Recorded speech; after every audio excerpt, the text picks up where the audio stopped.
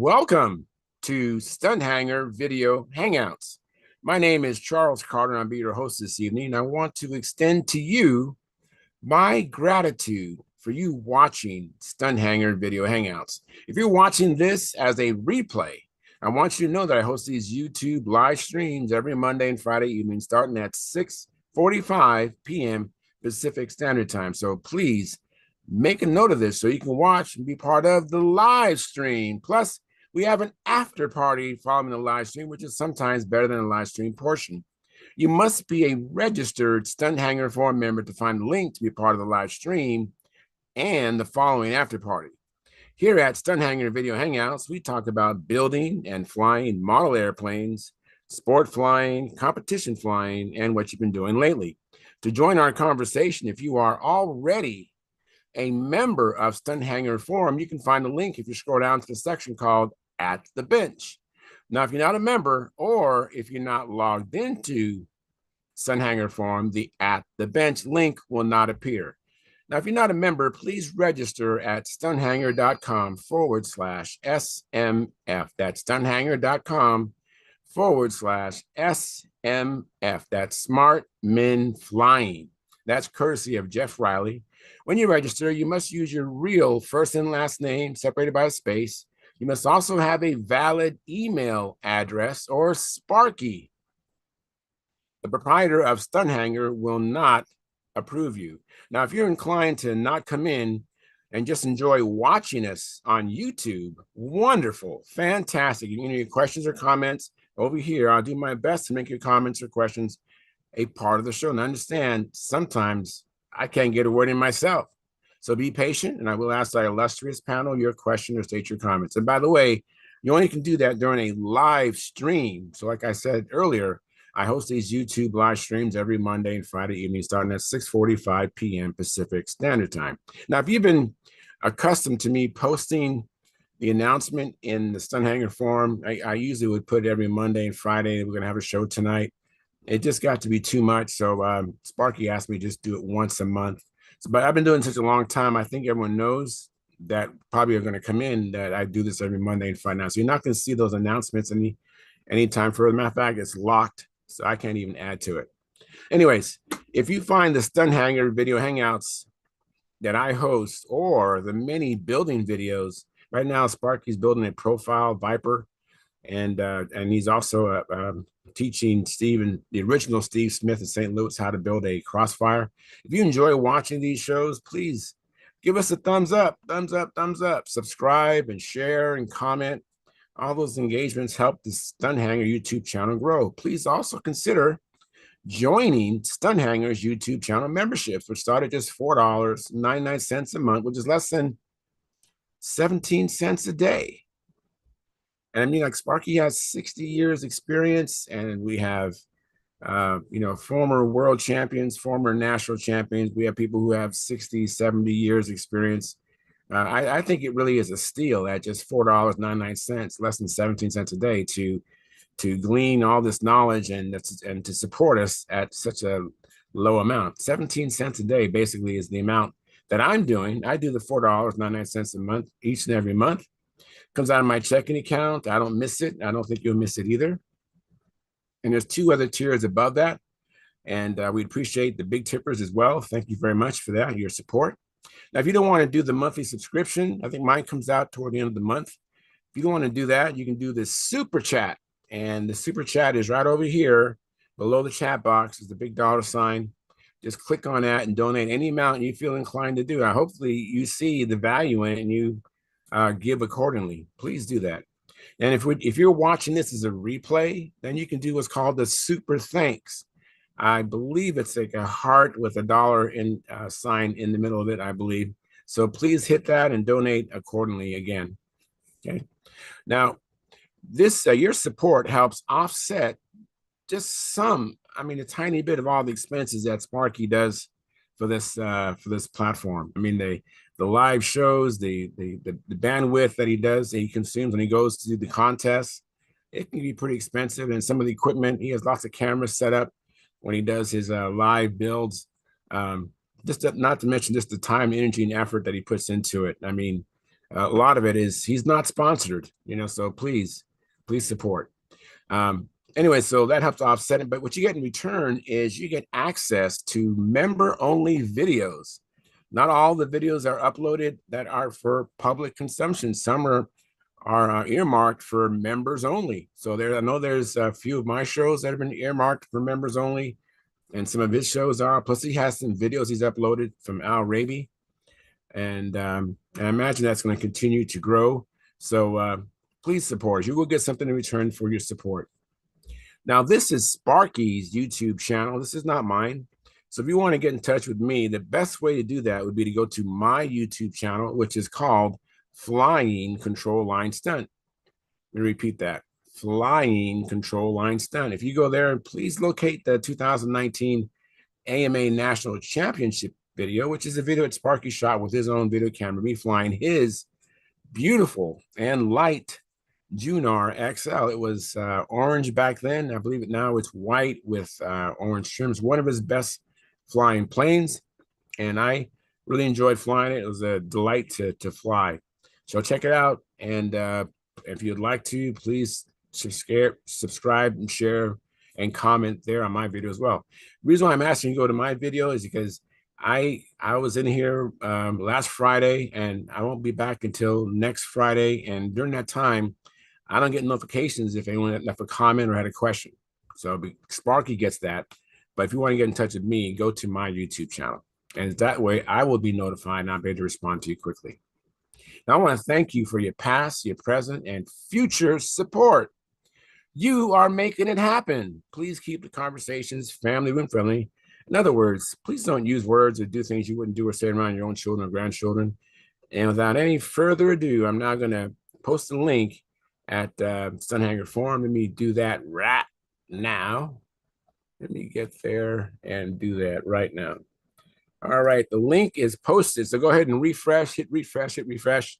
The link will be there, and it's titled Stunt Hangar Video Hangout, Monday, December 11th, 2023. Yep, that is right. So now I'm going to make it out to what I call the control panel. Looks like we are streaming. And let me make my way over to the control panel. Just give me a moment here. Let me close some of these tabs I don't need anymore. And let's see here. And let me do this as well. Got this. And let me do this. Hope everybody had a good weekend. Christmas is just around the corner, or any other holidays you might have. I imagine they're just right around the corner. So it's that time of year. Let me see here. As a matter of fact, my birthday would be Friday's show. Yep. Let's see here. I think I did that, so I think I'm good. Let me get rid of this. Pardon me. All right, let me make my way over there. All righty, so looks like we have 10 concurrent viewers. Thank you so much for joining us. We have 13 viewers, 6 likes.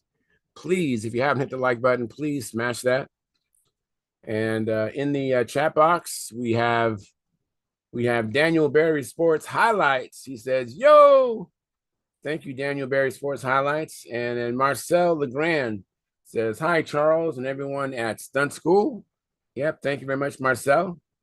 And Terry Forbes, hey, Charles, South Florida, checking in. Hey, Terry and the Pirates. Good to see you, Terry. You should come in, man. I miss you, man. It's probably been a couple of years since you've been in here. And then Gordon Jack says, no words can ever express how much I appreciate Sparky on this channel. Well, that's great. I hope Sparky's listening. And Gordon Jack says, like provided. Thank you very much. And let me see. I got to just do a little editing here. Just give me 1 second, and now you'll have my undivided attention. So let's see here. All right. So let me do this. Great. Well, let me tell you what I've been up to. I actually just received this in the mail today. It's my new motor I'm going to put into my SV11. It's a bigger motor. I don't have the other one for comparison, but I believe this is a 35 maybe a 3535 or it's a 3525. It's a bigger motor, heavier motor. Oh, here it is. I think it's right here. It's a 3525. It's a 960 kV motor. I run a 4S system, and I'm going so far into my batteries. And I was talking to someone who helped me set up my plane in the first place. That's Dennis Adamison. And he suggests I go this route. It's a Tempest electric motor. And I got it from Innovate Designs, their website. And I just received it today. It's a little bit heavier, which is good because I actually have probably about 1.75 ounces of nose weight already in my front of my plane. So hopefully with this motor, I'm going to have to actually go in there and do some, I'm going to have to use a Dremel tool and remove some wood to get this to fit inside there. This is not an easily, I mean, it's not like it just goes right in. It's a tight fit. But I hope that, and I also got, didn't bring them in here, but I also got some new props, some badass props. I normally was using a 12.6 reverse prop cut down to 11.75. And another strategy that Dennis Adamison recommended was I maybe try a 12.8 prop. And then, of course, with the additional 2 inches of pitch, I can slow the motor down even more. So I'm going to try the props first. That's going to be an easy thing to do. I can do that without having to do any carving to, but eventually I probably will put that motor in my SV11. And this is my ARF that I'm working on. And I haven't had a chance to work on my new SV11 that I'm working on, but I'm planning on building an SV11. So the second one, the new one, will eventually have that motor in it, most likely. Most likely. It doesn't have to, because I'm actually going to make my own battery packs for that one. So I would have more capacity. Right now I'm running 4S 3,500 milliamp hour batteries, and I'm using most of that. So I'm going to build some lithium ion 4,000 milliamp hour batteries, which will probably work even with the smaller smaller motor that I already have right now. So we'll see. I'm just trying to get some more performance out of the SV11.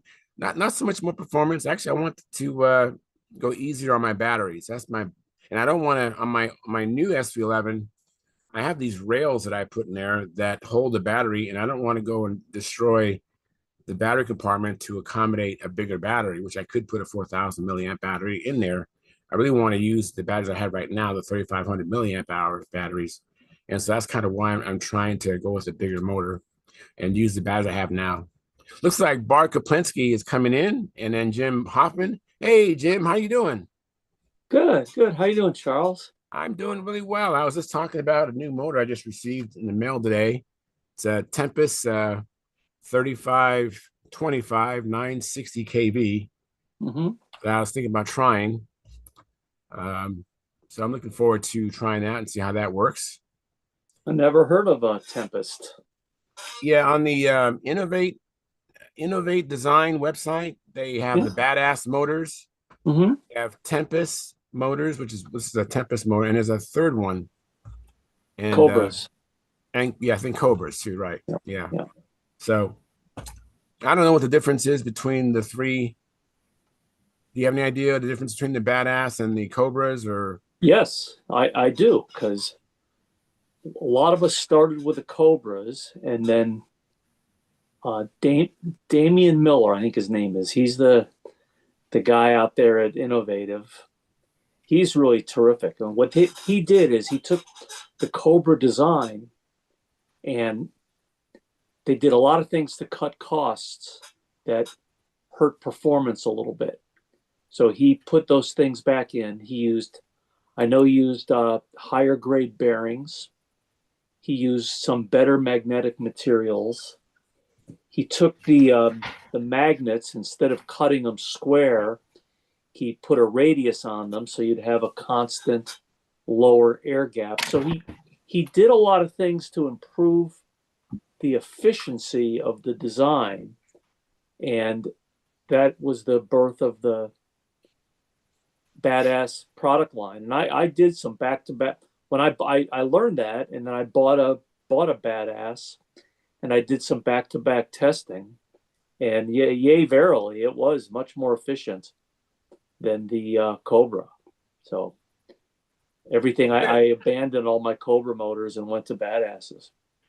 But the Tempest, I don't know anything. I don't know anything about it. Never heard of it.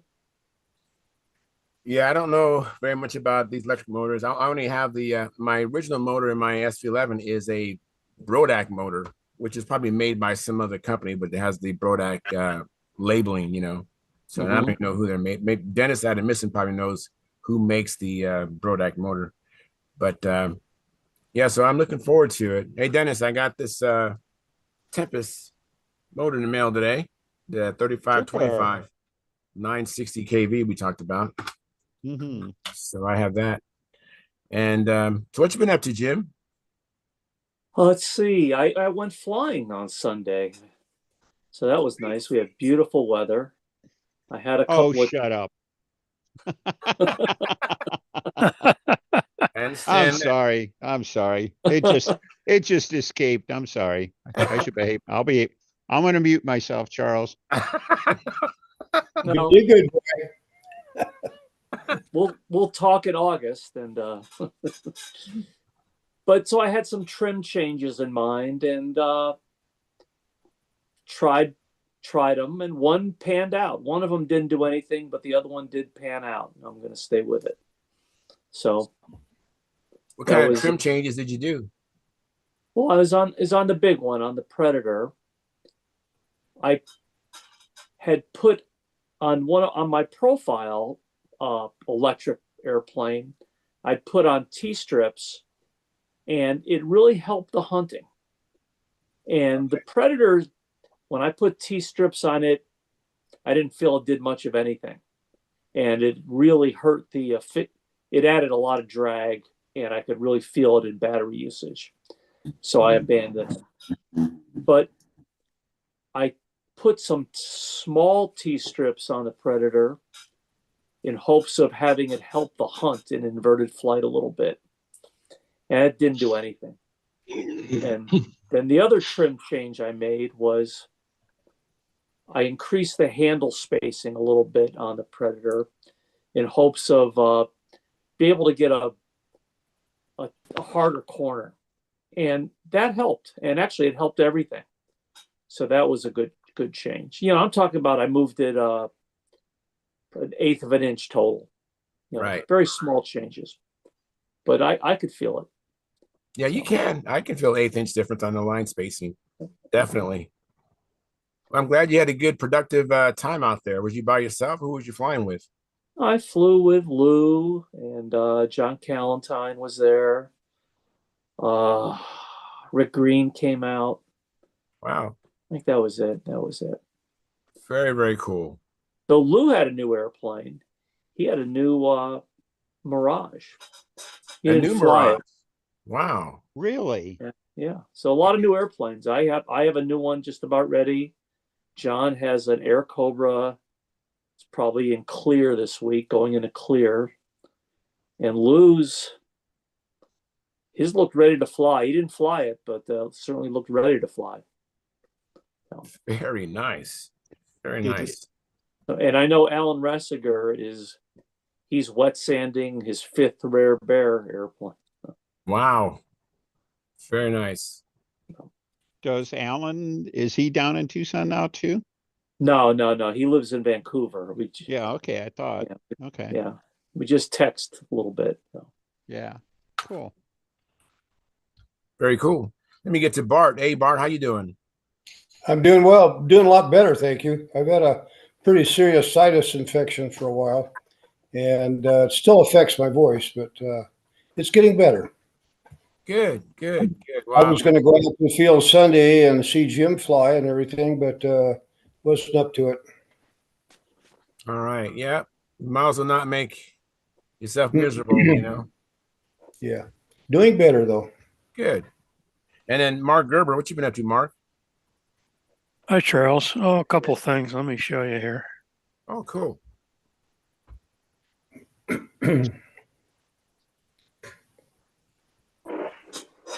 What happened to the share screen button?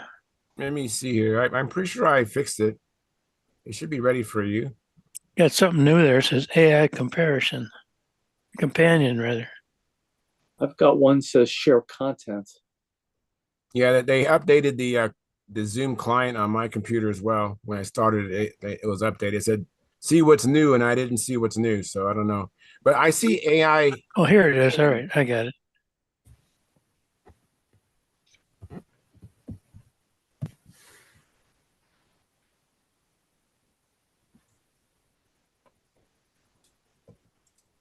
Why are you doing that? Oh, good. You got it coming up. Good.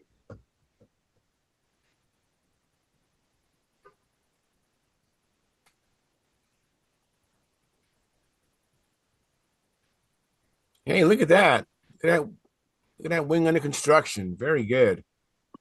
So since I live in Colorado, not Arizona, not much flying going on. Or Jim. California, we got some flying going on out here.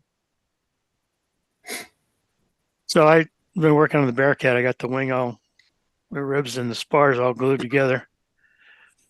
And I put the landing gear blocks in. I had the landing gear for my crash Bearcat that I'm going to salvage and put that into test fit it. So I'm working now on putting the bell crank in and keep going. So Very nice. Is that a foam cradle that the wing yeah, is in? that's a lost foam cradle that Bob Hunt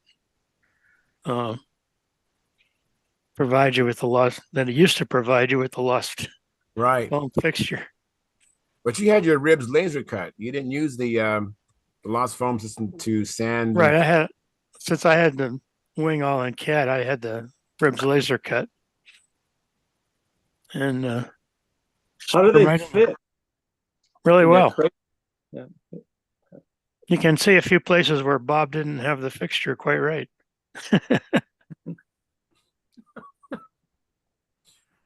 That's funny. And then how do I advance the screen here?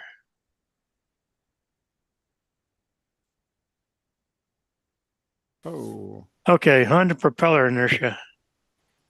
Okay. We were talking about this last week. Yes. Nice illustration. And how, because of the angular momentum of the propeller out front here, if you do some rapid pitches, you can get some yaw. And so I set up this fixture to measure the inertia of the prop. And if anybody hasn't seen this, there's the live action shot. And then by measuring the frequency of the oscillation and calibrating the wire, you can figure out what the inertia of the propeller is. And here's the equations you do that with. So the more inertia you have, the longer the period is. And so you measure the period and you use this reverse equation down here. And that gives you the inertia along with the spring constant from the wire. And then I showed all these numbers I had last time with the different propellers. And now one of our members from Fort Wayne, Indiana, has generously decided he will send me 16 propellers since he wants to see some electric data. So I'm waiting on a box from Fort Wayne that'll have a whole bunch of badasses and at least one APC. I don't know what else did you throw in there, Dennis? well, I guess I consider the APC electrics as being kind of a baseline prop. Everybody's got them. Everybody's been flying them, and a lot of people have moved on to other things, but still they're like everybody, it's like modern day top flight props or something like that. So I sent you APC electrics in 7 to 13-inch sizes. Then I sent you some badass in 10 to 13-inch. I don't know if there's any difference. Those badass props you have on your chart, are those electric, or I don't even know. Do they make an electric and and a normal? They're all the same. I think they're all electric. Okay. Yeah, Right, all the badass props I had. Well, I don't have any badass props on here because I couldn't measure their inertia because I didn't have any. Okay, And well, that problem will soon be that cured. will soon be cured. So I'm sending you 4 of those, and then I had some others that I've never tried. They're gem fans. They're also wood props. They're very light. Back to the APCs for a minute. APC made a special prop for me. The one they suggested. It's I wanted. They hate making 3-bladed props, but they were making for the iMac people. They had a design formula for blades where they had 2-bladed props that behaved like 3-bladed props. Basically, it's a very wide blade. So yeah, we had to make some of those up. And they work pretty well, but they're so darn heavy and everything like that that they've been a little intimidating. But because of that weight, I'm sure the inertia is going to be sky high on it. Okay. So I thought it'd be an interesting one to put in there just to see, how bad is it, And then at the other extreme, I had some props. They're carbon props that were made for quadcopters, and they are extremely thin carbon, very tiny hub and stuff like that. There are people, Matt Newman actually ran them for a while on his electric stunt plane, and then he discovered that the blades were, he found stress cracks basically where the blade met the hub and got out of that. But he apparently flew him quite a while before he got it. But anyhow, those are just about weightless. So I thought that might be an interesting thing. So yeah, Anyway, hopefully basically by next, I sent you a bunch of busy work, I guess. So did you have any 3 blades in there? Or are they all 2 blades? they're all 2 blades. Okay. Now I only have a couple of 3 blades. In fact, the only one I really have is one Bob McDonald makes, and it's probably, you've got a couple of 3-blade carbons in there. So I'm not sure that these would be any different. So he makes them. He has them. They're based on the electric APC, but I think that they're a little. They're probably not a lot different than what you Anyway, already have there. soon I should have a lot more data here to put in here, including the badasses. So stay tuned. And All then right. Dennis had asked about what about the spinner. So this is my either 3-blade 11-inch prop. And this is the spinner and the shaft extension I have on my P40. So I put this on the fixture and I tested it. And it really didn't increase the inertia very much. It's a slightly slower oscillation. And the increase in the inertia was only about, it was a little less than 10%. It was about 9%. But the weight went up by a factor of 3. Yeah, that's pretty amazing. Well, the weight, I guess, is pretty close to the shaft, though. So Yeah, I guess, it's all on the shaft axis here, so it doesn't. The real mass that counts is what's out on the blades here. So anyway, that was one little test I ran. That's and then interesting. This is sort of future research, but somebody said if the 3-blade has more inertia, how we're using them. Why do they turn better? And nobody had an obvious answer, but Brent Williams put a comment into the chat box that Igor Berger had posted something on Stunt Hangar about over 10 years ago about how 2-bladed props had different moments of inertia as they rotated, and 3 blades were like a regular top. So I did some digging on this and found some old lecture notes from MIT from a dynamics class.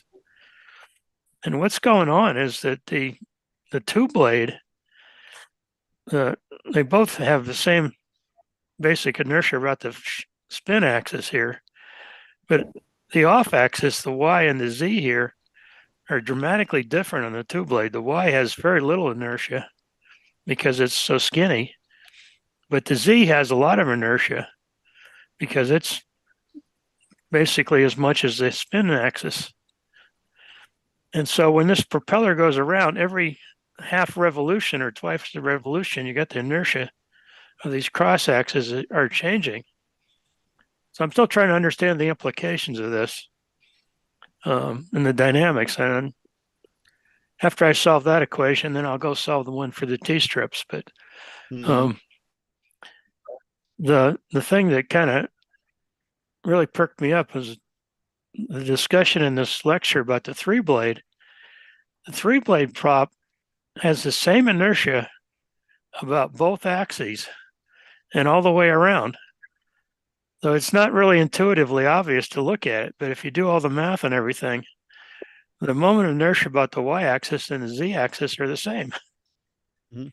So it spins like basically a disc, and so it should be much better behaved um, when you have motions in pitch and roll, or pitch and yaw rather, than the two blade. But I haven't quite figured out how the dynamic equations sort out on this. But Have you stay ever tuned. heard of the super cool prop site? I'll send you a link. Super cool. Yeah, send me a link. I'll look at it. Yeah, he had run through some equations that, you know, I have to take, taking this, I think, at least a little out of context, but he basically indicated if anything, if you have any more than two blades, the precession effects tend to balance out too. And I think it's because a similar thing to what you're describing, the two blades being, almost pulsing, if you will, between Yeah. Anyway, the Y and the Z, and the three blades are always loading or unloading in a more balanced way.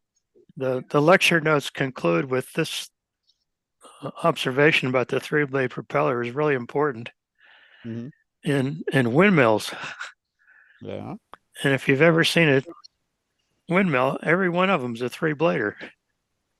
Yeah, they're not two. I've seen a couple of two blades, but they're not big ones usually. So they're usually smaller ones. So, less. And then it says it also less has important. implications in high performance propeller aircraft. So anyway, like I said, stay tuned. But this is something I learned that Yeah. maybe this is why we like three blades. Yeah. Well, one other, small factor, and it can't be very big, but I think most of the time we run a three-bladed prop, we usually run a slightly smaller diameter than a two-blade also. Yeah, that helps. Yeah, I'm sure that helps. Yeah. Anyway, Well, that's what I've been up to. All right. what's interesting, and I'm not sure how much it may relate, but flying a Huey helicopter with the two blades, and then fly into anything else with three or more blades, and how much smoother it is and stuff noticeably. You get in a Huey and you're just sitting there doing this at idle. Yeah. And stuff. So interesting. Hey, Ed. Well, one of the things, one of the mysteries, World War II fighters, take a look at the German fighters. They had, the prop planes, they had a horsepower, levels similar to the Brits and the Americans and everything like that. But they virtually always use a three-bladed prop. The Americans were using 4, and the Brits were using 3 or 4 or 5. Very wide blades. And the Germans had, comparable horsepower engines and everything like that with these, in some cases, great big wide 3 blades, but but not 4 blades. So I always thought that was an interesting thing. Hey, Ed, when I flew in Hueys, the last thing I was looking at was the number of blades. I suppose that thump felt pretty good because Yeah. when you didn't have the thump, it didn't feel very good. Yeah, when it goes smooth, when it's smooth. That's not It's so too good. smooth. Well, prop selection in the Warbirds, ground clearance was one of the elements they had to consider. Yeah, well, that's it, and that's the Germans were up against the same things. The ME 109 that was test flown with an 800 horsepower engine, and over the life had a 2400 horsepower engine on it, and they did some things with the landing gear, but they had the same basic platform, and they just kept putting more prop into those 3 blades. So yeah. Hey guys, so since we have I think 15 people in the gallery, I'm not gonna go in order anymore. So if you have something you want to say or something you want to talk about, just raise your hand digitally, and then go ahead. We'll just have a free fall. Go ahead, Mark. Mark Wise. Regarding the conversation with Mark and Mark Gerber and who's that other guy from Indiana, Benny. Hmm. I was a phys ed major, so I need the comic book version of all this stuff, and I think I'm going to institute maximum IQ if you want to be a member of Pampa. So, but other than that, it's good to see all you guys. Charles, I appreciate you sending me all these guys' names for volunteering for the World Champions. I appreciate you guys doing that. I have one big tent for all of you, so you have a place to stay. Oh man, what a guy. Thank you.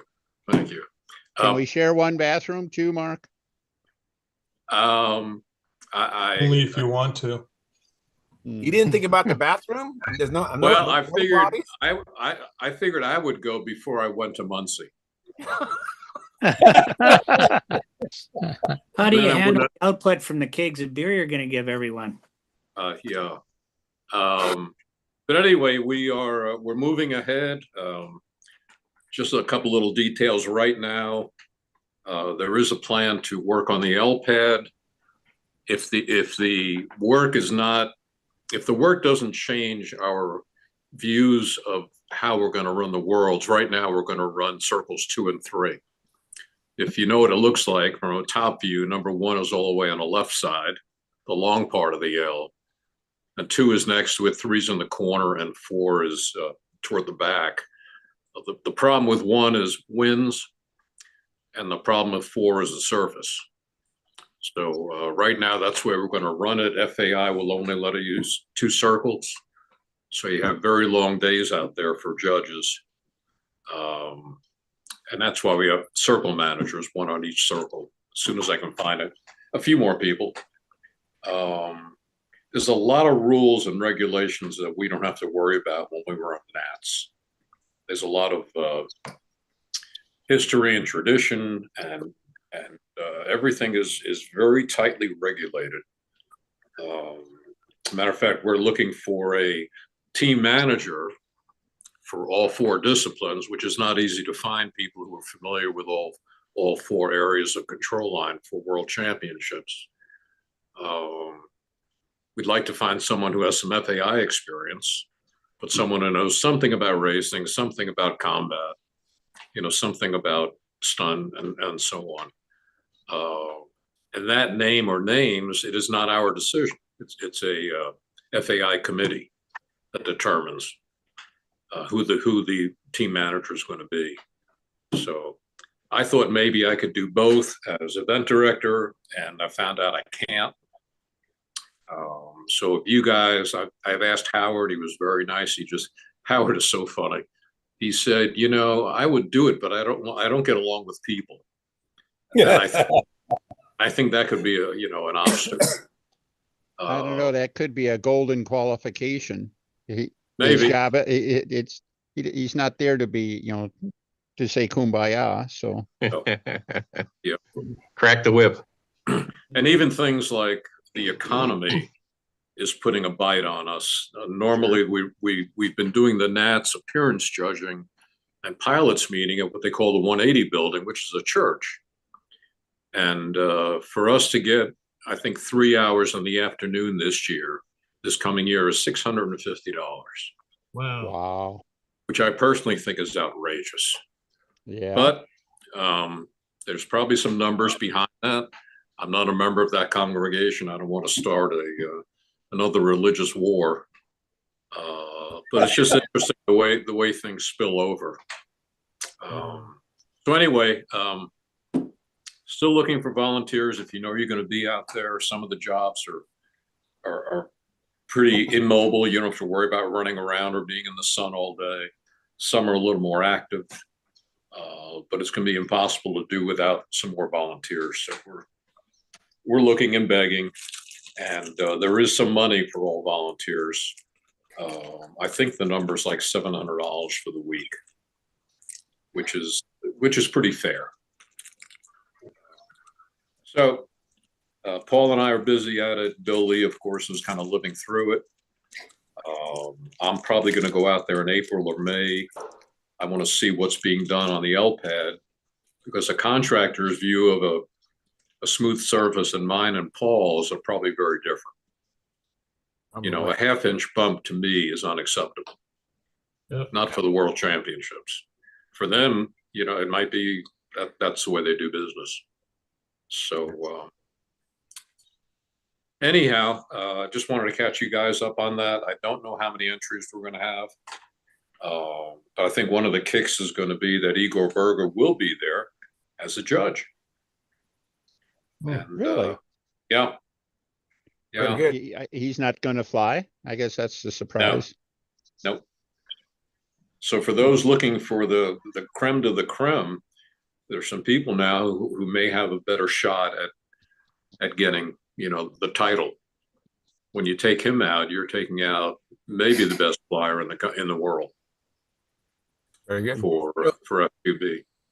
And Gordon, thank you for your patience, Gordon. Go ahead, Gordon. Back to the props, and I got a question for Mark. I found a two-bladed prop. If the airplane is turning too quick, you put a three-blade, and you come down those bottom corners, it smooths them out. That's just what I observed over the years. And for Mark Wise. Yes, sir. How many Pampa newsletters do we get about? Every other month or what? Four a year. Oh, because I've only had one total. Okay, I will get you copies of the ones did you get the Nats issue? No. Okay. Gordon, I'll send that to you. I could probably get it out tomorrow. I got one for you. I've never seen any. It's good to be on here. You're too busy building. Well, the only one I've got, Mark, is the one from VFC. Okay. Well, you're down a couple. Sparky, I didn't know you weren't getting them, but I will reach out tonight. It won't hit, at least I can get a hold of the guys tonight. So tomorrow morning they can figure out what's gone wrong here. Yeah, well, I got my St. Louis address now, so, but I've never got any. That's okay.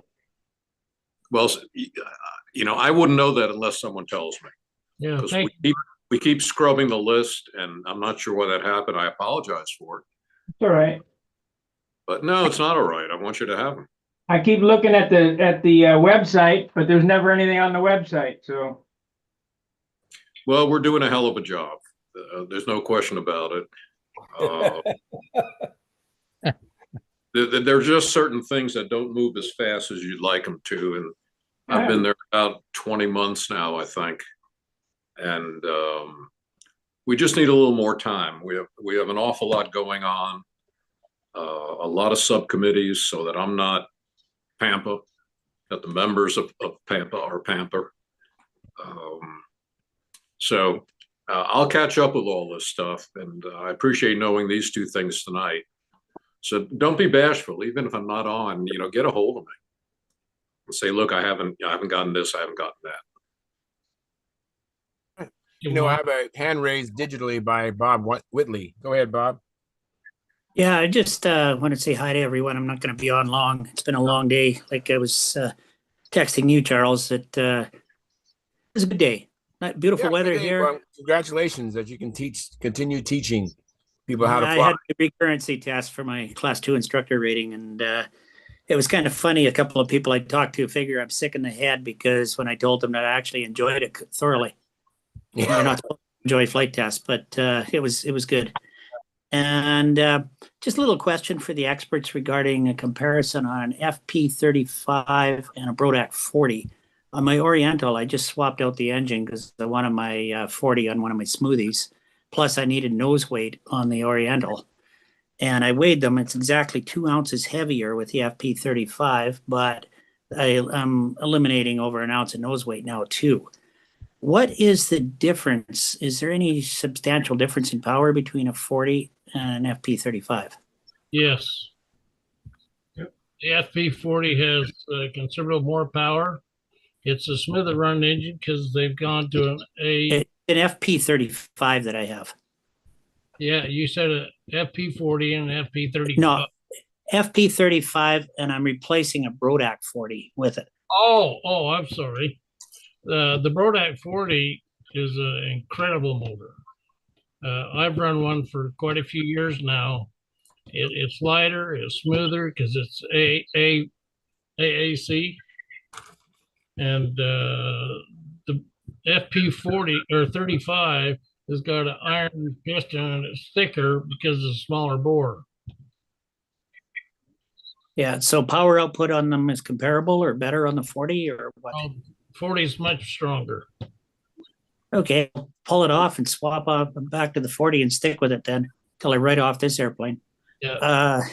There's a lot of it was kind of a coincidence though, because the swap out was so easy because nose length, crankshaft length doesn't matter on this profile, and the motor mounts are identical, just bolted right in. Yep. I'm gonna let John Miller in. He has a comment. I think Reverend Newman from he used to do the OS 35s, and he had them turning a pretty big prop. I don't know what he did to them, but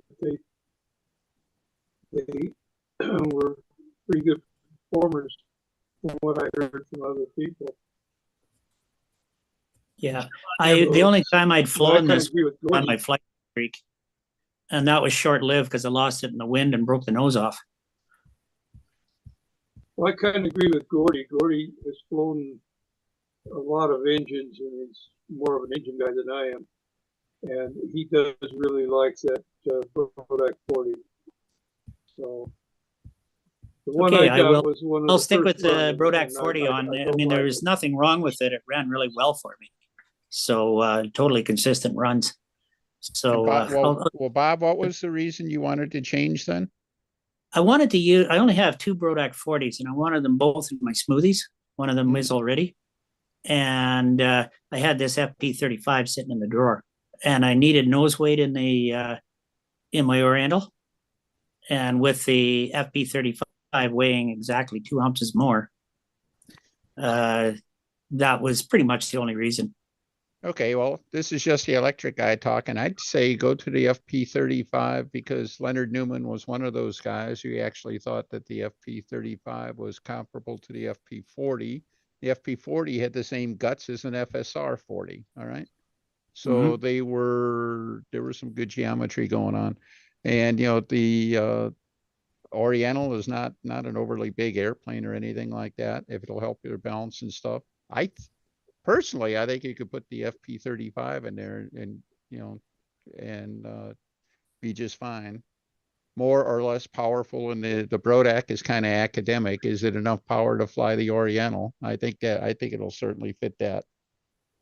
Oh, it certainly did. That's what I was using last season. Frankly, I don't have a lot of experience with I had a lot more experience with the FP40 than the 35, but I would be very surprised if the 35 was any weaker than the Brodak 40. I guess I never, I only ran a couple of Brodaks and they ran nice and stuff, but I never considered them to be monsters.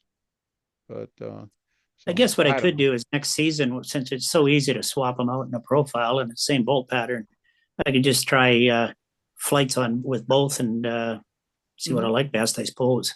Well, how it flies with the Brodak. Just put the FP on it. If it's a bridge too far, you'll know in a pretty quickly. So all I'm using it for is a stunt trainer anyway. I mean, I've got my Vector 40 profile with my LA 46 on it for a serious profile.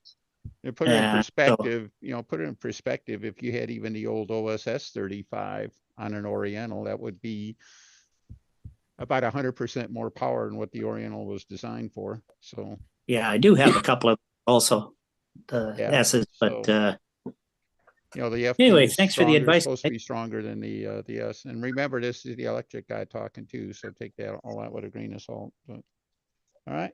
Let me let Pete Kuna in. He was raising his hand. Hey, Pete. Oh, I've just Oh, sorry. I just run all the engines mentioned extensively. The S35 is also interchangeable with the FP35, the FP40, the LA46, and the Brodak 40. And of all I've just mentioned, the most consistent is going to be your Brodak 40. That's a tremendous engine.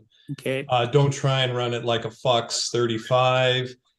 It's actually based more like the OSS 35. It's a short case, but it doesn't have the power, but as far as the running consistency and the versatility, I'd put it up with the PA with Randy Zero Tiger.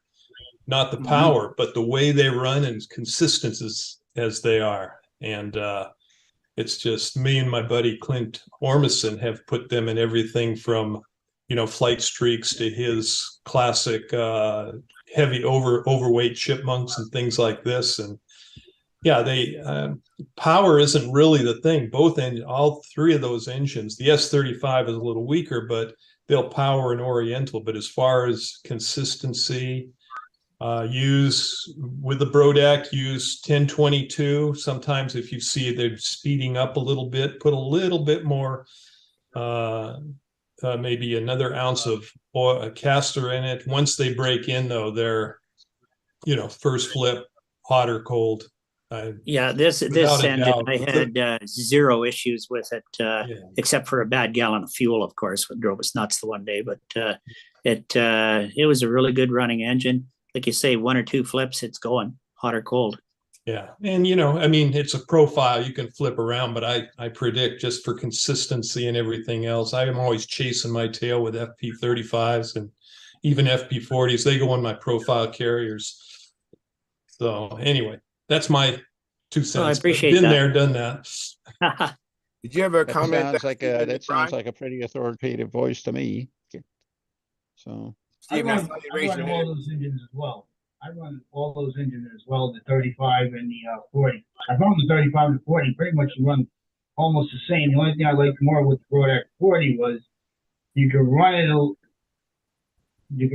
bit harder. You could run it a little leaner and then load it down with the prop. It'll dial in a lot more smoother than the FP35 will. You'll burn 35. I burned out a lot more on the FP35, but the Brodak 40, I ran those a lot leaner and load them down with the prop. So I think mine now with an 11.4 Zinger, just to give it a little bit more extra weight on it, and it actually dials in quite nice. Yeah, I was just last season. It was flying good for my level. With just an 11.5 plastic. What do you call them?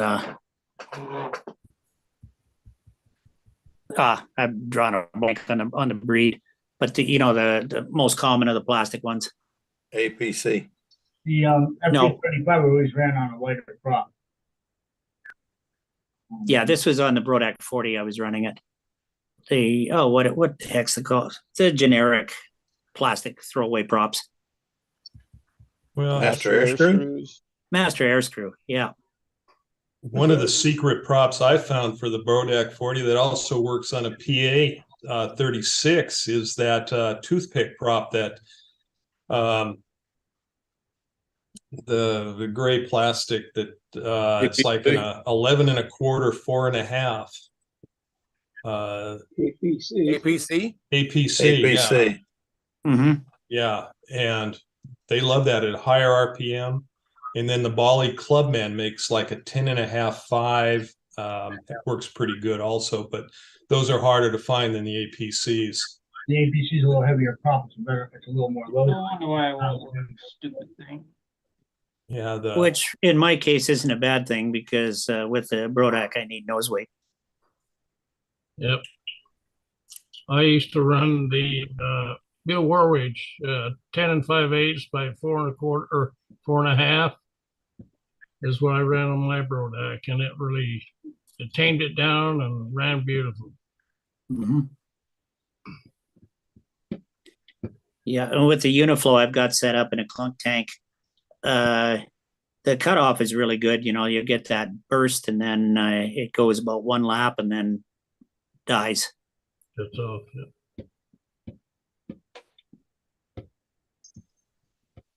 So yeah, thanks a lot, guys. I guess the jury's in. I'll stick with the Brodak.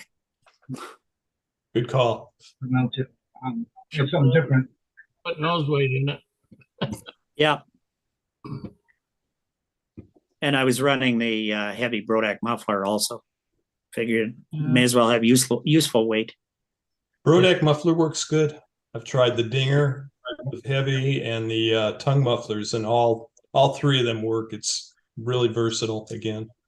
Yeah, when I was running the tongue muffler, that sizes too. So yeah, the tongue muffler worked fine too. It's just I needed more nose weight, so I put the tube muffler on. And there's 3 different sizes of the outlets for the tube muffler. I like the one in the middle. Otherwise, other people might like the fatter outlet, but yeah, this is the only one I have. Yeah, I think that's the big outlet. So if it's working for you, if it's broken, don't fix it. Yeah. We spent too much time chasing our tail in this hobby sometimes. Yeah. Yeah. Well, guys, and I got a long day tomorrow. I'm going to be doing the first instruction on a tail dragger for a student, and he'll have a long way to go. So that's always a little bit stressful. So I'll shut it down. No, it's actually a Fleet Canuck.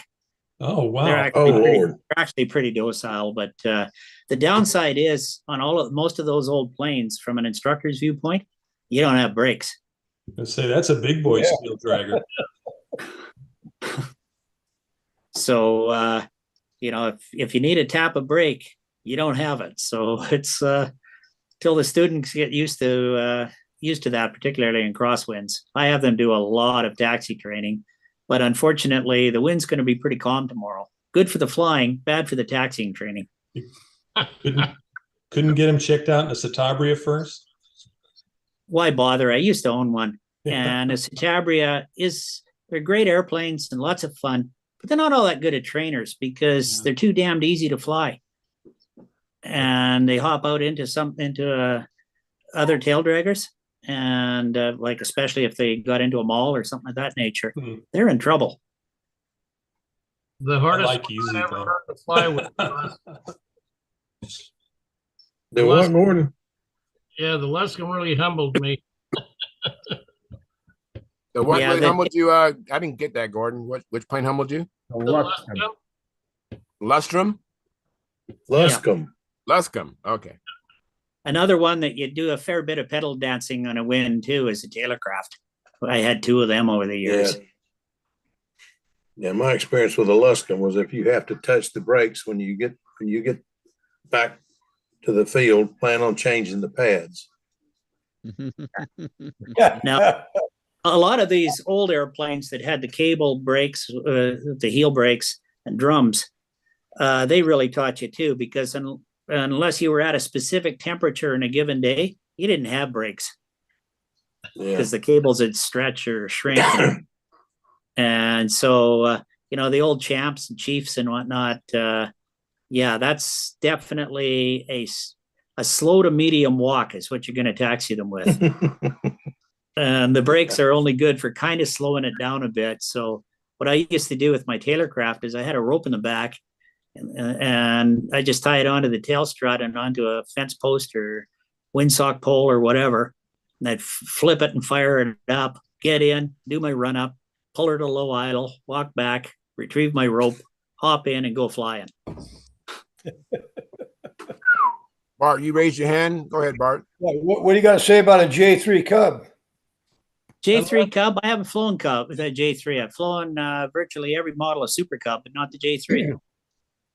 And it was the heel brakes were not the best, but it was a good solid airplane. And then I went to a Super Cub, and that was a lot of fun. Yeah, the heel brakes in my Citabria were great because they were hydraulic and front and back. But different worlds. Like on the Aronkas, the heel brakes are they're not as easy to operate as the Taylorcrafts, just the way they were positioned. And you better not be wearing boots or you're never going to be able to work them. No way. But anyway, enough talk about that kind of stuff. Pilots can go on forever with their I was stories. I want to know what the inertia is on that Christmas tree back there. Yeah, it's I have no idea. That's what I was going to come in and that's what I was going to come in and say. I was listening on the phone before I got in and got to get on the computer. And what I've learned is we have some people that are a heck of a lot smarter than I am. I don't know. Yeah. I was just thinking I was going to get a lap time on that tree, but let me start the train and then you can decide whether to do the tree or the train. oh, But geez. if I start that thing, it'll be so loud I won't be able to hear anything. We call our tree the seasonal cat toy. Well, I've got a schnauzer that thinks that train is a barking toy. The whole time it's running, he'll be barking. He just he does not comprehend a train and a tree. Well, on the subject of not so bright guys, this not so bright guy had better shut down and take care of things before I go to bed. So you have a good night. Catch you guys on Friday, probably. Be safe and hope you see you Friday. Good night. Bye now. Okay, so Bob. Have a good night, Bob. All right, so that means we're down to 16, and I've suspended with just welcoming everybody and having give them a chance to talk. So if you have something to say, just raise your hand. If you hit the if you put the cursor on your picture in the 3 dots, you click on that, and then you can click on raise hand, I believe. I think that's how it works. Now that'll help because I can't always see everybody's hand when you raise your hand. But the next one, if no one has a hand raised, Ed Waskey, it's been a while since I've seen you. Thanks for coming in. What you been up to? Hi everybody. Hi. Ed, good to see you. Yeah, go ahead. Let's see here. I got to make myself share screen. And share. Okay, do you see that? Oh yeah, I see it. Nobler ARF. Yeah, I heard you guys talking about a laser, and so when I converted it to electric, you can see where I was making sure what I did with the laser and stuff. Very cool. Yeah, makes it pretty easy. And then the other thing that I wanted to show you when it comes to engine mounting, let me stop share. I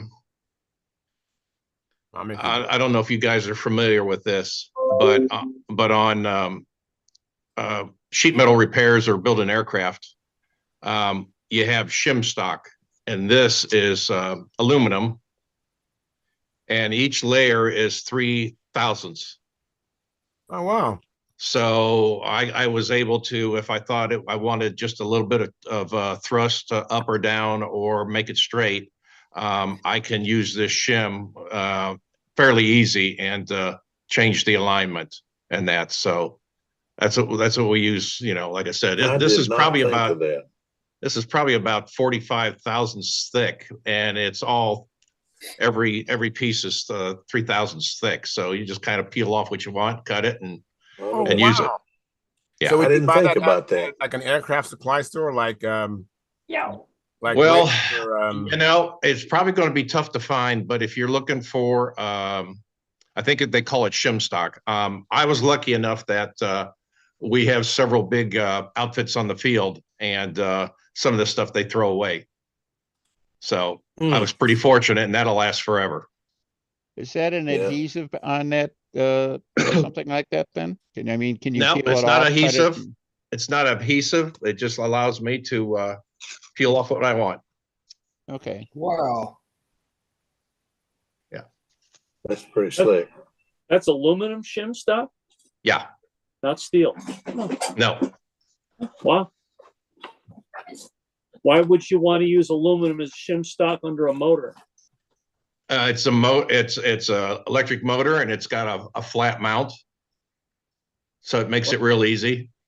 Why not steel shim stock? It won't crush. I wasn't too worried about that, and I didn't have any steel, and it's a pain. doing the steel. So this was easy for me. And if I crush it, I'll add another layer. But it's I'd be very you surprised. can make different ones.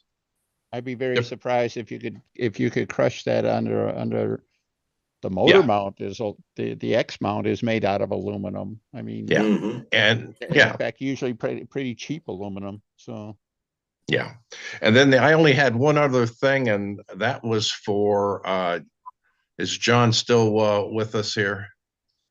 John who? John Miller? Miller? Yeah, he's here.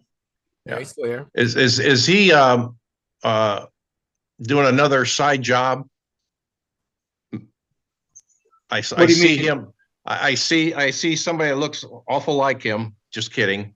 On the Wendy's commercials, they're pulling his beard. Yeah, John, is that you? Happening. Yeah, that's me. That's actually my brother. I saw that and I was like, oh boy, here, yeah, I got to give him a hard time, see if that was him. And that, but anyway, that's pretty cool. All the kids around here call me Santa's brother because they know I'm not Santa. I told them I was Santa's brother. Keep going for them. I had one kid asking his dad, "Why is Santa moving to our little town? I'm Santa's brother." You know, so it's working. Just tell me, you're getting old. It's getting too darn cold up there in the north. Yeah. So anyway, good seeing everybody, and I still listen regardless when I've got it playback and things like that. So I appreciate everything. Thank you very much. I appreciate that too, Ed. And you're not alone. A lot of people watch the replays and they just watch a little bit at a time, you know, while they're doing stuff. And if we get boring, they just kind of fast forward a little bit until they find something interesting. Oh, you know what? I had one more. I'm not sure if I missed it, but in the last AMA book, did you see the picture? Go ahead. Make it big here. 1 second. Oh yeah, I saw that. Oh my goodness. Brandon Mark Radcliffe included that in his article, so that was nice to see. Yeah, very cool. Yeah, that is cool. Very good. Thanks for sharing that. Appreciate it. Yeah, I'll be bailing out soon, also because of everything that I've got going on, and but I'll still be watching the replays. So appreciate it, and good seeing everybody. Good seeing you too, Ed. Appreciate it. Good to see you, Ed. Yeah. Well, if no one has anything else to say, I'll just go ahead and get Sparky's attention. He came in after Mark Wise. Hey, Sparky, I saw a little bit of your video today. Yeah. Did you see where I screwed up the push rod? No, I saw where you noticed you screwed up on the landing gear block covers. Yeah, I'm making all kind of mistakes on this thing. I've replacing the push rod. What happened is when I built this thing, I looked and I saw and I thought the flaps were level. I've got it done here and found out the flaps were way down. They were way down like that. So I measured off the datum and made a mark and put them where they're supposed to be. And then the bell crank wasn't too far in one direction. So now I'm working on remaking the push rod. Sparky makes mistakes too. How about that? I make lots of them. Well, you said you make more mistakes because you're doing the live stream and you're filming. If you wasn't filming, you wouldn't make all these mistakes. That's correct, because I wouldn't be trying to keep the action going, you know. I could sit and think, but right. Cool. Well, thank you, Sparky, for coming in. Appreciate it. And then Stephen McBride, you came in after Sparky. What you been up to? Preparing for my wedding. Doing Christmas shopping and preparing for the wedding. All right, well, that's a big deal. Yeah. And Gary Sinclair. But Gary, I'm so sorry. I'm sorry, Steve. I thought you was done. Pardon me. No, I'm sorry. While you had me on, I had a quick question with Sparky. I didn't know if it was a fluke or anything like that, but did you accept Glenn Metter's application for a Stunt Hangar? Who? Glenn Metter.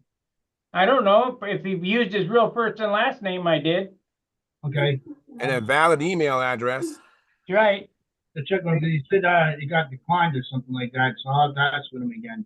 He's got to use his real first and last name, and he doesn't have to show that, but that's his username, his real first and last name, and then he has to have a valid email address because I'm going to send an email out validating the account, and then he can get in. So if he didn't get in, he did something wrong. Okay, I'll have to mention that to him. I mean, he's just getting back into the hobby now after 25 years being out of it. But he was a really high. Hey, Steve, I saw where Glenn Metter had made a posting in the classified section, so he must be good. Okay, good. Take a look. I'll double check. He was looking for a kit or something. I think he was He's looking for some airplanes, some kits, and he's looking for some motors and stuff like that. You might double check that. He's a really great supporter to the hobby, and he was a great competitor. Yes. Back in the 80s and 90s stuff, and now he's getting back into it again. His kids are growing up, so I think he's looking into that. He's flying with Mike Estella, and looking forward to seeing him around again. Yeah, Glenn was good people. I used to like hanging out with him. Haven't seen him in a very long time. So. Well, he was another good guy that knew how to work on an ST60. And he was a great guy. All right, and Gary Sinclair came in next. Hey, Gary, I'm so sorry I didn't get back to you this weekend, but tomorrow might be a good day. I'll see if I can get together and we can proofread the calendar and get that going. So okay. So I saw your email, but sorry, this has been crazy the last couple of days, and not just the last couple of days. It's just been crazy, you know. So it happens. And then John Miller came in, and so John, what you been up to, John? You been doing anything with CAD or with airplanes? I'm still going through all the CAD files. I'm getting, we're now 1,000 files or so. I've got them pretty well memorized. So I'm trying to make sure that I don't have. I'm not throwing away valid files that are newer than the other file. You know what I mean? Got to go through and check them all. Taking a lot of time. So, but that's what I've been doing. I found some neat things I'll have to share here in a little while, a couple of days or a couple of weeks. Things that I found. I've got. There's a lot of stuff that I had to have that I didn't know I had. Yeah, it happens. So it's going to be. I'm having fun doing it. Oh, I bet. I absolutely understand that. I totally do. And let me go on to Gordon Delaney. Hey, Gordon, I'm so glad to see you, man. I know that you had a fall and you hurt yourself, and so I'm really happy to see you. Hope you're feeling better. No. Well, yeah. Still, my rib cage and my back still hasn't gotten any better. You know, I thought the one on my back again, did you? Fell off the ladder, John. Oh, I'm sorry to hear that. Yeah. But I got the internet up today. Back, you had a. What's that? That's good. That's good. Yeah, you're breaking up really bad, John. Low bandwidth. Let me see if I can move up a little closer. I might have some narrow bandwidth going on here too. Is that any better? Yeah. Yeah.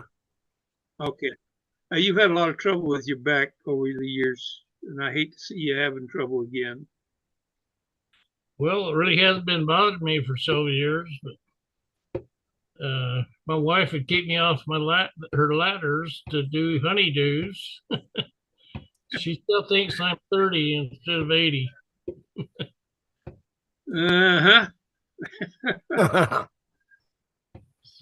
All All right. Well, glad to see you, Gordon. I'm really happy to see you. Thank you. And then Mark Lumen, I think did he leave? Mark Lumen was here for a while. He must have had to go. And then Howard was here for a while too. Hey, Howard, I see you. You're muted, Howard. How you doing? Okay. My wife won't let me on ladders. Well, Mary Lou is she's very caring, very supportive. Smart lady. That's great. Yeah. I'm not allowed to do ladder work. I'm not allowed to do a lot of things. That's a good thing. At least that you fly model airplanes, and she even promoted you going to Europe to go fly in a contest. I think Mary Lou is awesome. Yeah, she nags me to go practice. That is awesome. Man, get her to take, man. Gordon. Yes, sir. Gordon. What am I saying? Howard. I'm getting myself all messed up. Howard. Yeah. Get your wife to talk to my wife. I want my wife to do that.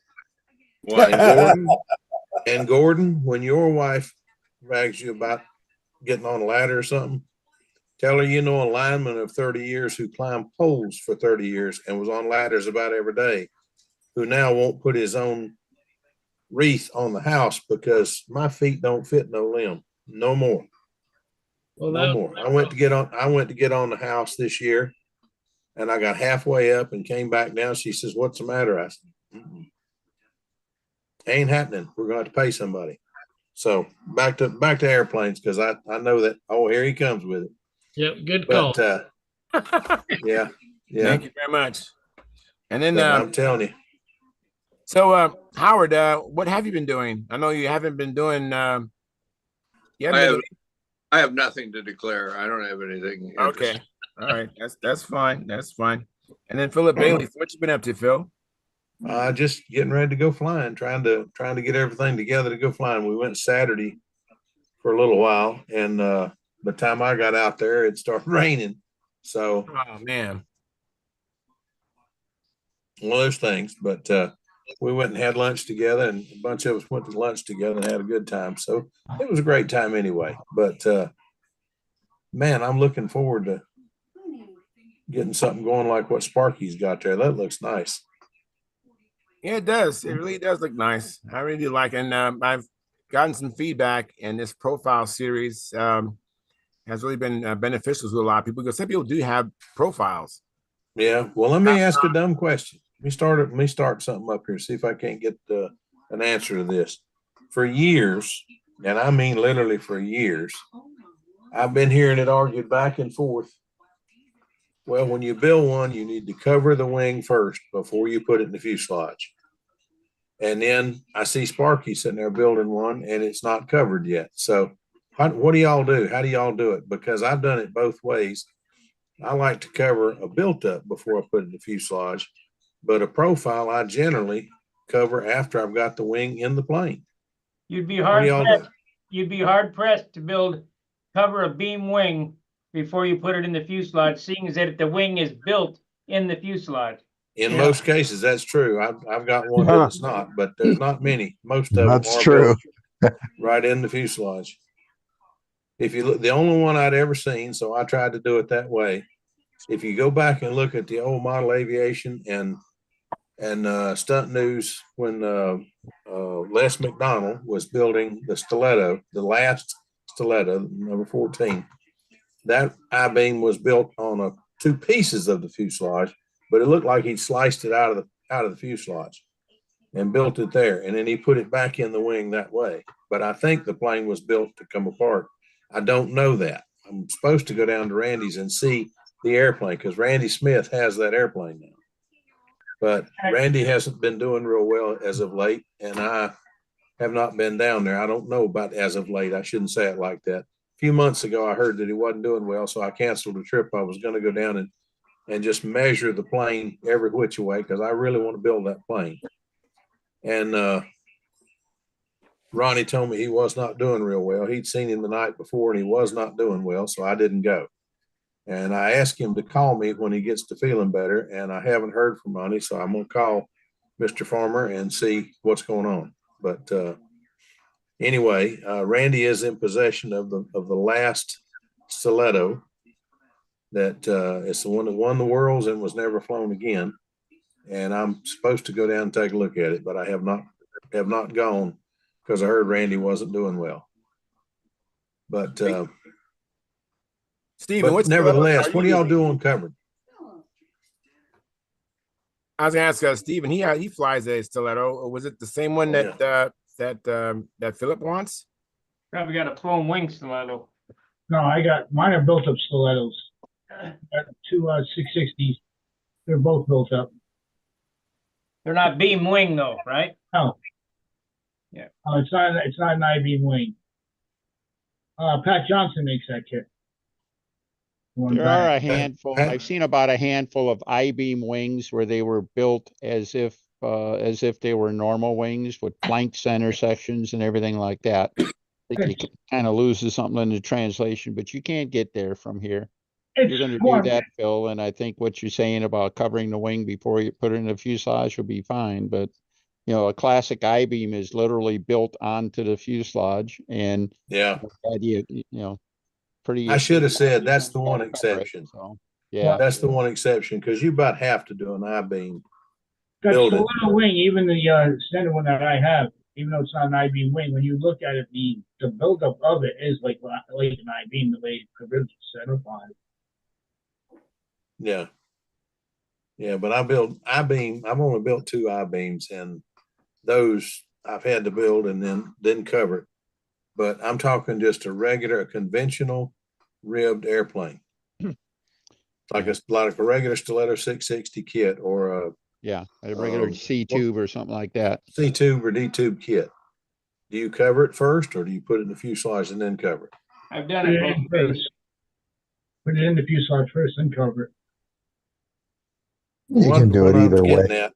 What I was getting at, I looked at a crash the other day, and it looked to me like somehow or another it looked like the wing had delaminated from the fuselage, and the paper part of it stuck to the fuselage and part of it stuck to the wing. Wasn't one of my crashes, but it was one I was there when it crashed, and I went over to see the wreckage, and I just wondered if we do that, I might be inclined to suggest that people either use some better dope or some better adhesion to stick the paper to the wing and the wing to the fuselage, because that one looks for the world like the problem was the wing came out of the fuselage, the paper came apart. How you get away from that is you cut diamonds through the covering down to the wood. I'm serious. I remember Alan. Yep. I know. I remember Alan Brickhouse monocoating the wing on a stunt wagon, and he cut diamonds in the monocoat and glued that to the fuselage. He was doing a wing over, and that wing went, but that fuselage went. I have a hand raised by Jim Hoffman. I'm sorry. Let me interrupt. Jim Hoffman, been very patient. Go ahead, Jim. So, Phil, a few minutes ago, you asked a pretty important question. When you cover a wing, do you cover it before you install it in the fuselage or after? So Sparky's right. An I-beamer, you cover the wing separately because you have to. You have to, right? And that works just fine. All those loads are carried by that big ass spar. But on a more conventional D tube, C tube foam wing, I've seen it done both ways. But if you cover the wing before you install it, and that covering needs to go past the center line, maybe 4 or 5 inches to the other side, and do that on both sides. Now that center of the wing, right at the center and really right where it exits the fuselage, is the maximum stress, bending stress point on that wing. So by adding the covering there, you're adding strength. I've seen it done both ways, but I only do it one way. Which way do you do it? I cover the wing first and have the covering overlap the center line and then go 4 or 5 inches beyond it. Because now the strength of that covering is now adding to the strength at the center section in bending. Okay. That makes sense? That's good. Yep, it does. And that's good enough for me because I've seen your airplanes. You're a heck of a builder. Yep. And you don't design flying's not too shabby either. You don't design them to crash. You don't design them to crash. No. Design them to fly. Right. Well, that's it. And then I Bart haven't had one in a long time. I'm sorry, Bart raised his hand too. Go ahead, Bart. I think that adds credence to what Sparky said about the dope. You're going to dope that center section too, and that dope adds a lot of strength to the covering. Yeah, what he had done was center section should be quite strong. Yeah, what he had done was taken the covering 1 inch past the center of the wing and 1 inch past the center of the wing. And I had always done it like maybe not 4 inches, but I'd always taken it outside this, overlapped it over almost to where the sheeting stops on the other side, and then almost to where the sheeting stops over here. And then was able to taper it in better where it matched the other paper by doing that. But this one just really opened my eyes when I saw what had happened. I can't figure out whether he didn't put a good enough dope on the thing or didn't get enough penetration and have enough thinner in it or what, but it really kind of startled me that it came apart the way it did, because it really looked like the laminations of paper is what came apart. I don't know. Wasn't Alan always would use monocoat though? Oh, Alan did. Now Alan's was monocoat, and he only had the wing was stuck to the fuselage. That fuselage was only 1/8 of an inch. He didn't put any doublers in it, and it was on those diamonds, the length of the wing. But that Charlie Reeves and Tom Looper and I stand there watching. He's flying that thing, and all of a sudden it went and the fuselage, just yard dart. I said, "Oh, Alan, what did you do?" Hate it when that happens. Me too. And Alan was such a great guy. Oh. But anyway, let me catch up on the chat box real quick. Thank you, Philip Bailey, for the like. Appreciate it. And Gary Sinclair gave us a like as well. And so did Dennis Adamison. But the T-Bone 1260, Phil, looks like he's at the Rockefeller Center. Guess he's complimenting your tree, Philip. And then Tom Bramble provides with a like. Thank you, Tom. And then Marcel Legrand says, "Hi, John. Good to see you. Hope all is well." And is John still with us? Great. And then John raised his hand. And then Mark Lumen, you had disappeared when I was calling on you next. And by the way, I have something here for you. But thank you. Unfortunately, when I took it out of here, a part of it broke, so I got to fix that. But that's been part of the delay and most other things. But I'm going to try to get them out to you tomorrow, okay, in the mail. Oh, thank you. That's what my goal. What's it to? To a Super Chipmunk. That's a good one. So, Mark, what you been up to? I know you're up in Las Vegas. Just giving type ratings. I got that's I had to get off here a while ago. Two of the guys that get type ratings tomorrow were banging on the door and they're shaking in their boots for tomorrow, but they're all good. They want to take you out and get you drunk. That's what it is. Yeah, I don't do that. Yeah, but anyway, nothing. Looking forward to getting back home and work on some of the airplanes and some repairs. Hopefully we may have a little bit of flying weather here and there. I think Dave's got up a couple times this week, but they're going to be few and far between in the middle of the United States. So, yeah, for sure. Yeah. Yeah. Cool. Stephen, I was hoping to give you a call this week. I had a couple of days off, but my days off got shanghaied into having to work. Yeah. But after the first of the year, I think I'm going to try to get an airplane out here or something. Yeah. Like I say, because the hotel, like we thought, I'm only 10 minutes from the field. So. Oh, wow. Good for you. If you got to work, it's nice to have a job where you can enjoy. That sounds like fun. Yeah. And yeah. It's I'm sorry. Go ahead. That West End over there, that grass circle is available all year round. Yeah, that's what you're saying. That'll be good. Yeah, and like I said, I just got to figure out a way to get. Well, I got one of our cargo airplanes that comes into Las Vegas, so I could put one that's I've got something that's already built. I could put it on that and get it out here, or I might just bring I don't know, bring a ARC or kit out or something, and get that going.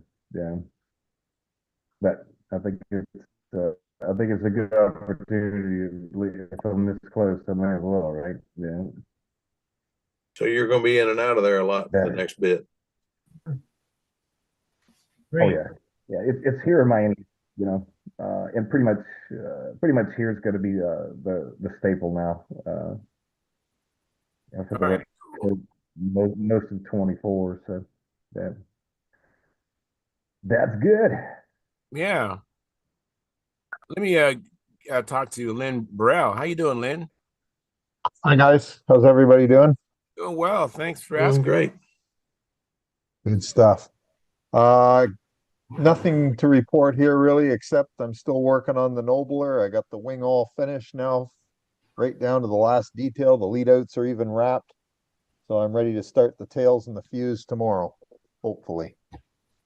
So it'd Oh, be and ready by the way, Phil Bailey, Yes, sir. you were right about the colors of the Gieske Nobler. I apologize. I did No check into problem. it, and you're absolutely right. Thank you. You're quite welcome. I Glad love you that told me airplane. that I would not have checked again, and I went back and I checked, and you were totally right. All right, cool. Yeah.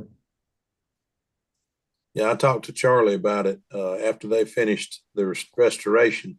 Before they gave it to his son, he took some pictures and sent us some pictures of it. And man, what a beautiful job they did. Jim Lynch was a master of repair anyway, but he building too. He was a master. But when Charlie and Jim got together, magic happened. That plane went back together so pretty, and you just couldn't tell what had been redone and what was original. It was I think really I've good watched job. that video 5 times this week. Yeah. I've looked back through the pictures too, just to make sure I was right. It's gorgeous. But anyway, I miss Jim. He was a great guy, and one of the guys you could call and just get on the phone with him, thinking you was going to talk for 5 minutes, and an hour later, one of those type guys.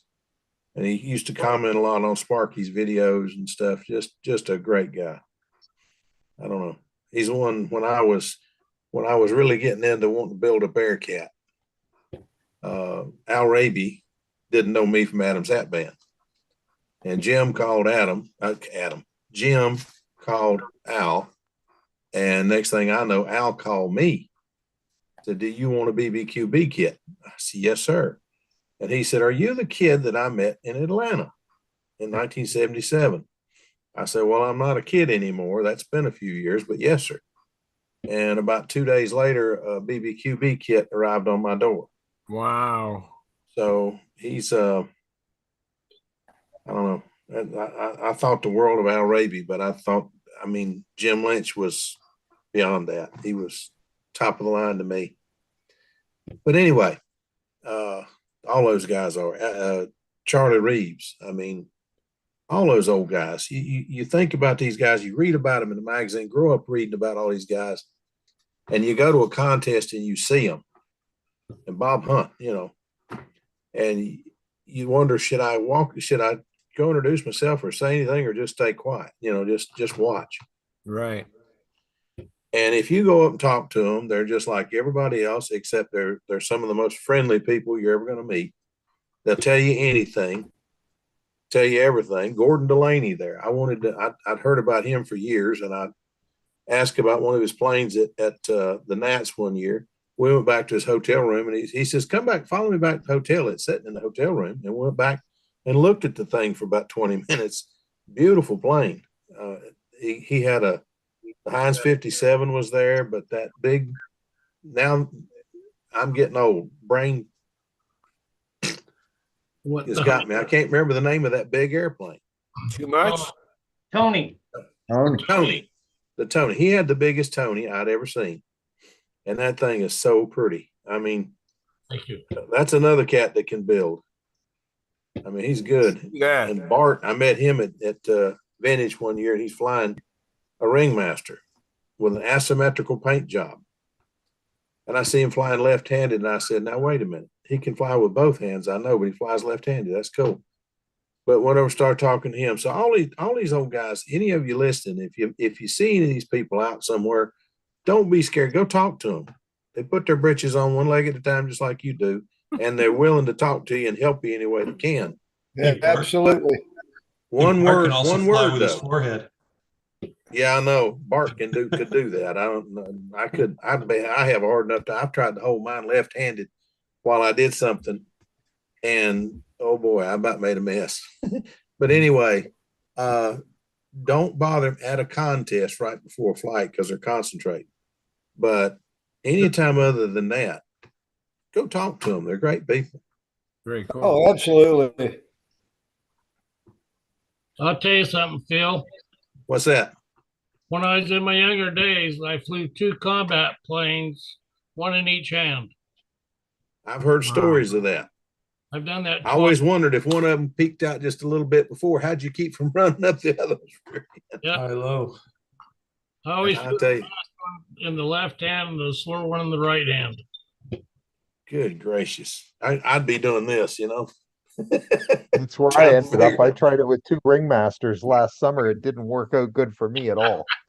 It was a bad day. Yeah, the Especially problem when I is, crashed Naomi's Ringmaster. Oh it was no, not good. that's not Oh good. yeah, it was not pretty. No, don't crash your wife's plane. That was not good. Wait till you get 3 half A's going around. yeah, I don't know how you did that. Bart fly 3 half A's. Yeah, I've seen movies. I've seen movies from Disneyland of him flying 3 half A's at one time. One on a helmet, and I'm sitting there. I don't know. I just can't. I know No, why. that was I know in why my- Bart and Gordon can do it because That they're was in my legends. They mouth. can do this stuff. Well, I grew up thinking that guy right there was a magician. Yeah.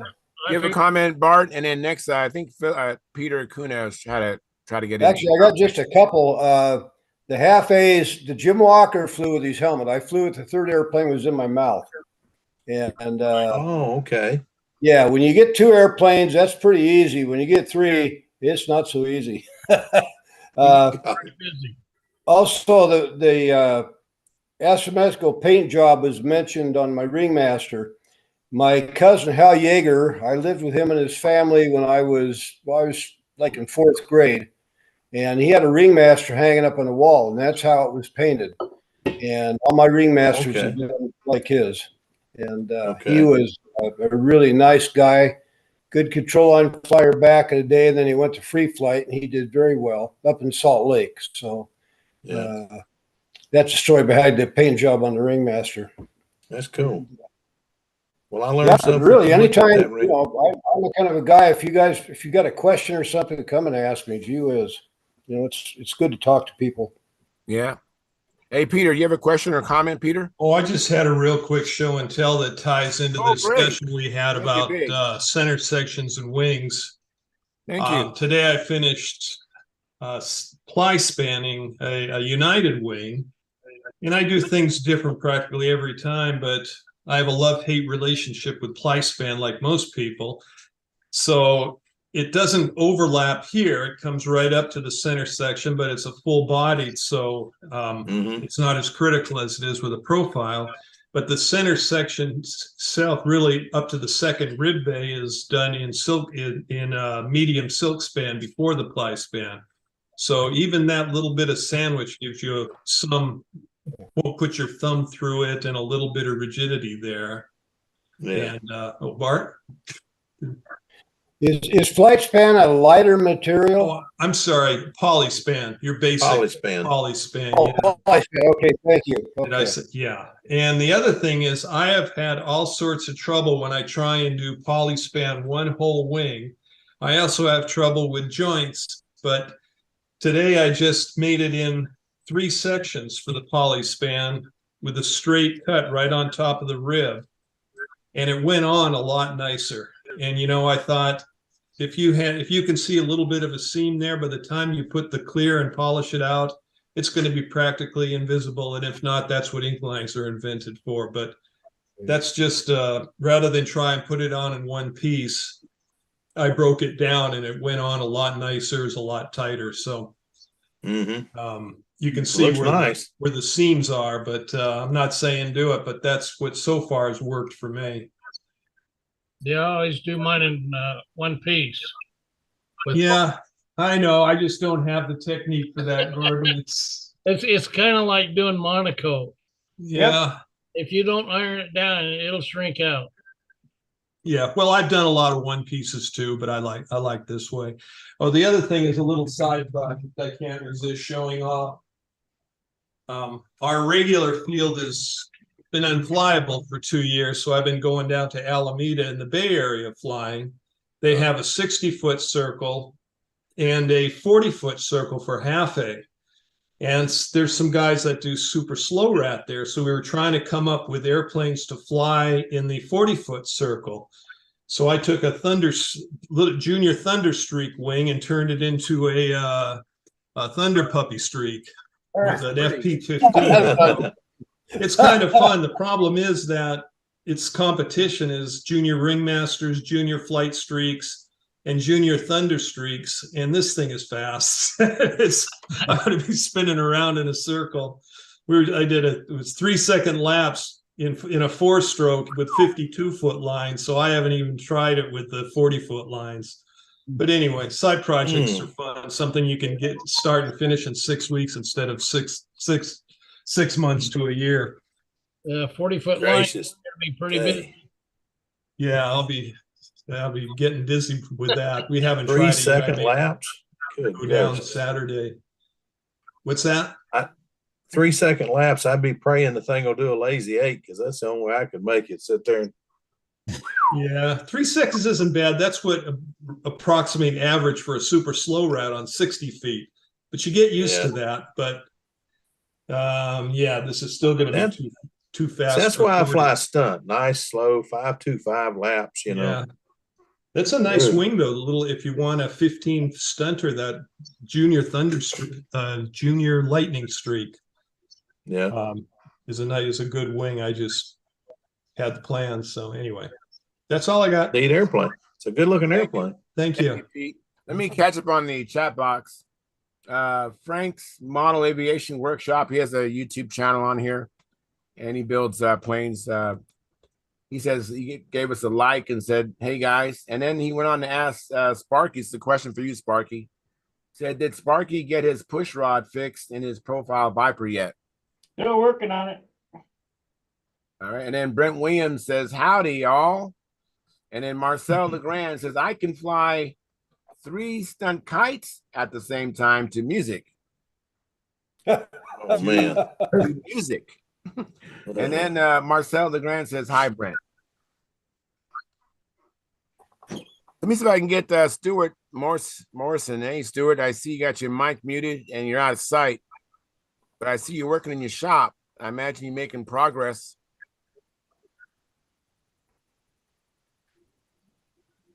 Yeah, I got to sign off. All right, Jim, later. Good to see you. Got to punch out. Okay. Thank you, Jim. Appreciate it, man. Thanks for coming in. Bye-bye. Here's Steve. Make it big here. Hang on 1 second. 1 second. Make it big here. Oh, don't worry about it. It's just I finished some cement work the other day. Oh, very good. Look at you go. I do. So there's a lot of little stuff, but I'm getting there. I just kind of almost finished the vacuum system, but we'll give you a tour later on. All right. Sounds good, man. Alrighty. All right. Thank you. All these guys getting all this stuff done, and I'm sitting there still not I getting can't wait anything till you done. finish your shop. You got that shop me too. almost like what, a year ago at least?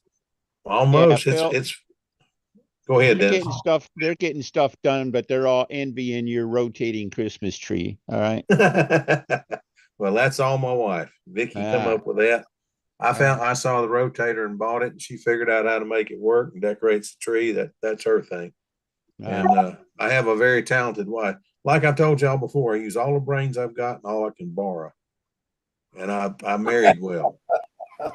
Yes, you did. Vicky is definitely a find. Yeah, And she's a John good Miller, kid. go ahead, John Miller. I just wanted to ask Gordon, is his new Pathfinder phone yet? It's not even painted yet, John. Oh, it's not. No, it's all ready for paint. You know, it's all primered, paint, sanded. And it's been like that there for about 6 weeks. Yeah, plus Gordon's had hand problems, and then he fell off his ladder, and he's had all these physical. Well, and I got the nerves have gone in my fingers now. Oh man. Uh-oh. So, I think I understand. Looking at grass roots. Right As now, long as they aren't worms. Gordy's doing ladder repair. Oh Lord. Yeah. Hey, you got put that John? ladder out Well, I to was the just road. curious. I was just curious because, you know, the changes you'd made, and that kind of interested to hear how they'd worked out. Also, there's to hear how that Stalker 51 side exhaust worked out. So, Well, I ran it on the test I bench. think it's a perfect setup. I ran it on a test stand when I got it. It's strong and runs like a sewing machine. Cool. Very good. Put a bigger prop on it. It turns the Somebody is 3-blade. Somebody is flying a Pathfinder on a stupid Stalker 51. Who's that? There's somebody out there doing it. I heard kind of rumors. I think it's of it. Phil. I think it's Phil Bailey. No, I've got a Super Tiger 51. Oh, okay. I remember it was a 51. Brad LaPointe has a Stalker 51 on a Pathfinder. Yeah, and Roger Kramer here in Salt Lake has the Tiger 51 in his Pathfinder. And That's who was it? Brad LaPointe. Yeah. Yeah. It flies good. Also, lots of power. How's that working out for him? Lots of power. Gobs of power. Yep. A good combo. I'm sorry, Scott Dinger's I just Pathfinder. And oh, is he? yeah, I used my motor to set up his front end because he hadn't got his yet. See, I sent him my motor to make me a muffler. And while he had it there, he used it to set up his fuselage and the spinner ring and everything. Ah, that's cool. Not like yours, John, where I had to. I'm thinking, yeah, just because mine's got a little shorter. Well, look how old it is. Well, yeah. You know, it's pre-war model. Yeah, they're supposed to tell us when they make changes like that. Yeah. Well, I was thinking, I was kicking around, going through all the files in that, and ran across the files for the Pathfinder Mark III, which has the tapered wing. Basically, it has the wing from this airplane back behind me. It's got that wing on it, but I've made it into a C2. And John, what are we going to call that thing? I think about building that for my Pathfinder. That's Pathfinder 40, but the Mark III had that wing in it, but it had the. No, but what are we going to call let's it now? push it. Okay. What are we going to call it now? Mark III? It's got the C. It's going to be a Pathfinder 36. Number 36. How about a Pathfinder 40? How about a Pathfinder 40 plus profile? With a question mark. Pathfinder 40 plus. Yeah. Okay. I just wondered because I'm not that far from getting it ready for paint. So the tail's built, the wings built. I decided just to slice the fuselage. I just sliced it twice and stretched it an inch, and it fits. So now I've got to go back and cover it with plywood. That'll go all the way to the front. And then I'll put the doublers over it and put the cheek cowl on it. It'll be ready to put everything together and paint it. Hold it, Phil. Yes, you sir. get plywood the full length of the fuselage? Yes, sir. Why? It's 1/64 plywood. I know, but look how much. Well, the back end of the plane is built with sticks. It's not a sheeted. It's just sticks, and it's hollow. And then really, it's not even got sticks in it. It's foam, white styrofoam. I see. And it's slightly candid. The only real problem is where it levels out from the back, where it's shaped like that, and goes back to flat. That's tapering that in, sanding that in where it would taper in was a bit of a pistol. I did it one time and thought it would be rounded in the middle. And anyway, what you do is you bring it up there rounded and carry it too far forward, and then just start filing it down to where it's flat and about 2 inches up into the wing. And that way the plywood will transition into it. But when you go to actually cover it, you have to put the plywood on both sides, tape it in place. And then my solution was on the one that I did one that was too heavy, and I knew it. So I did it just to see how to do this. And I just put it between sandbags, and just weighted the heck out of it. I bet I had 200 pounds on that thing. Every magazine I had downstairs, which there's a lot more than I thought there was. Anyway, weighted it down, and when it was finished, it actually tapered in and looked pretty good. I think it's going to be fine. So I'm going to do it to the good one. Now, how's the twist resistant? As a what? Oh, How's that the thing. twist? How's the twist It's a resistant? ball bat, man. That thing's a ball bat. Yeah, it should. Have you It weighed should be very resistant to twist. 4.36 ounces. with the Now sheet? that's with the sheeting. Wow. With the sheeting ready to go. It's light, and it's pretty nice, but it's I can't remember what's wrong with it. I said, oh, that's the one that was already done, and then we found out no, it's got to be an inch bigger. So it was either cut it and splice a piece in, and then come up with splice in a piece of plywood and then scab over that to hide it, or just make a new fuselage.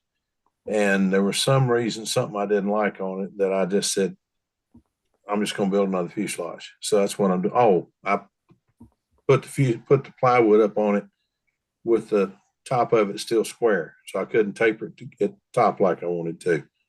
So I said, this one I'll sand and taper before I sheet it, and we'll see what happens. Yeah. I just did something stupid. I got in a hurry and forgot to do something. My fuselage is all finished, ready to put in the wing, is 6 ounces.